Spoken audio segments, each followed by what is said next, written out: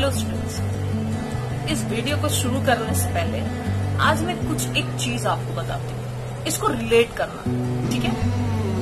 आप online shopping करते हो। ऑनलाइन शॉपिंग में कभी कभी क्या होता है कि आप जो एक्सपेक्ट करते हो वो चीज आप तक पहुंचती नहीं। जब आप वो सामान खोलते हो तो आप क्या देखते हो कि आपने जो देखा था ये वैसा है, तो उसके बाद आप क्या करते हो? क्या वो सामान रख लेते हो या उस सामान को कहीं भी फेंक देते हो? ऐसा तो नहीं करते हो, क्योंकि उसमें हमारे पास ऑप्शंस रहते हैं। हम उसको रिटर्न करते हैं, रिप्लेस करते हैं, या हो सकता है तो रिफंड भी लेते हैं। तो ऐसा हम इसलिए करते हैं क्योंकि हम तब तक सेटिस्फाई नहीं होते जब तक हमें सही तरीके का सामान ना मिल जाए। हमारे पैसे लगे भाई, तो हम यही सोचते हैं कि भाई हमें सामान भी सही मिले। तो आज मैं आपको कुछ इसी से रिलेटेड कुछ ऐसी चीज बताऊंगी जिससे कि आपको ये समझ में आएगा कि हम अपनी डिप्रेशन और एंजाइटी से कैसे बाहर निकल सकते हैं। क्योंकि स्टूडेंट्स अक्सर ये फेस करते हैं, उनको ये लगता है कि उनके लाइफ में कुछ भी नहीं बचा, वो अब कुछ नहीं कर सकते, तो वो अब क्या करें। और इसका नतीजा ये होता है कि वो गलत रास्ता ऑप्ट कर लेते हैं, जो कि बिल्कुल सही नहीं है। क्योंकि कुछ भी करने से पहले अपने लोगों के बारे में सोचना बहुत जरूरी है। आज एक स्टोरी रिकॉल करते हैं। एक स्टोरी एक काफी फेमस पर्सनालिटी की है। जैसे जैसे स्टोरी आगे बढ़ेगी आप खुद ब खुद जान जाओगे कि मैं किसके बारे में बात कर रही हूँ। तो ये स्टोरी उनकी है जिनका जन्म एक बहुत ही गरीब परिवार में हुआ था, और वो बचपन में स्कूल जाने से पहले सुबह को न्यूज़पेपर्स बेचा करते थे। पर एक पैशन उनका था, उनको कार्टून्स बनाने का बड़ा शौक था। वो जब भी फ्री टाइम होता था वो कार्टून्स बनाया करते थे, और यही उनका पैशन बन रहा था। पर स्कूल में उन्हें मार्क्स अच्छे नहीं मिलते, जिस वजह से उन्हें हर समय टीचर से कुछ ना कुछ सुनने के लिए मिलता था, यानी वो अच्छा पढ़ते नहीं है, वो ऐसे है वैसे है।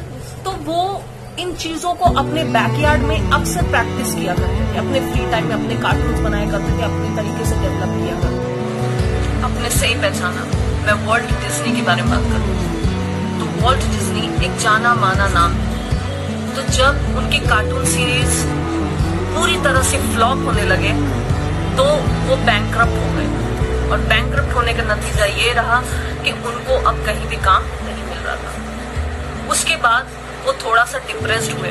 उनको लगा कि उनकी जिंदगी खत्म ही होने वाली है, यानी अब वो आगे कुछ नहीं कर पाएंगे। पर फिर से उन्होंने ये सोचा कि ये सोचने से अच्छा है कि मैं एक बार कोशिश फिर से करूं, और उन्होंने कोशिश की।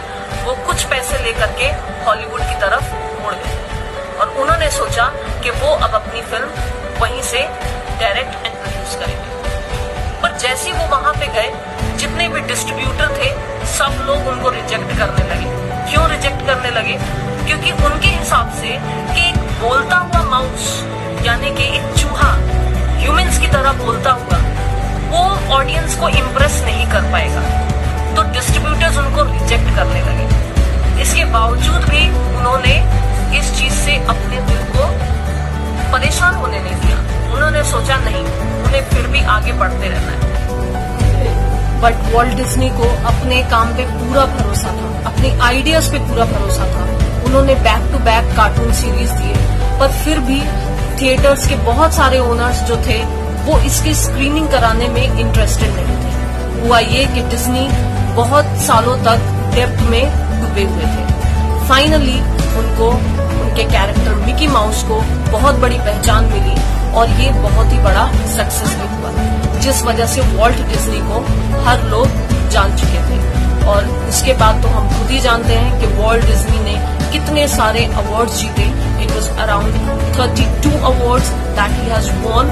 तो इसी से हम पता कर सकते हैं कि इंसान चाहे जितना भी डिप्रेस्ड हो, वो इतना तो डिप्रेस्ड नहीं हो सकता कि वो अपने आने वाले कल के लिए सोच नहीं सकता। अब आने वाले कल को सोचने का मतलब ये नहीं होता है कि अभी से ही बैठ करके आप ये सोचने लगो कि भविष्य में मेरा क्या होगा, मैं क्या करूंगा, नहीं करूंगा। प्रेडिक्शन करने से कुछ नहीं होता, क्योंकि प्रेडिक्शन करने का मतलब ये है कि प्रेडिक्शंस में आपको कभी भी कुछ अच्छा दिमाग में सोचने के लिए नहीं मिलेगा। आप प्रेडिक्शंस में हमेशा कुछ ऑपोजिट और कुछ नेगेटिव ही सोचोगे, क्योंकि आप ये सोचते हो कि ऐसा हुआ नहीं तो क्या होगा, और ऐसा अगर हो गया तो क्या होगा। तो इसलिए प्रेडिक्शंस पे भरोसा करना बंद करो। उससे अच्छा है रियलिटी जो है, जो अभी प्रेजेंट है, उसके बारे में सोचो और उसी में रह करके बाकी सारे काम को करना सीखो। तो साथ ये होगा कि आपको भी इसमें ये पता चलेगा कि हम कितना आगे बढ़ सकते हैं और कितना आगे बढ़ चुके हैं। तो अब उम्मीद करती हूँ कि आपको इससे थोड़ा सा तो हेल्प ये मिला होगा कि आप डिप्रेशन और एंजाइटी से कैसे बाहर निकल सकते हैं। So that was all for today. Till then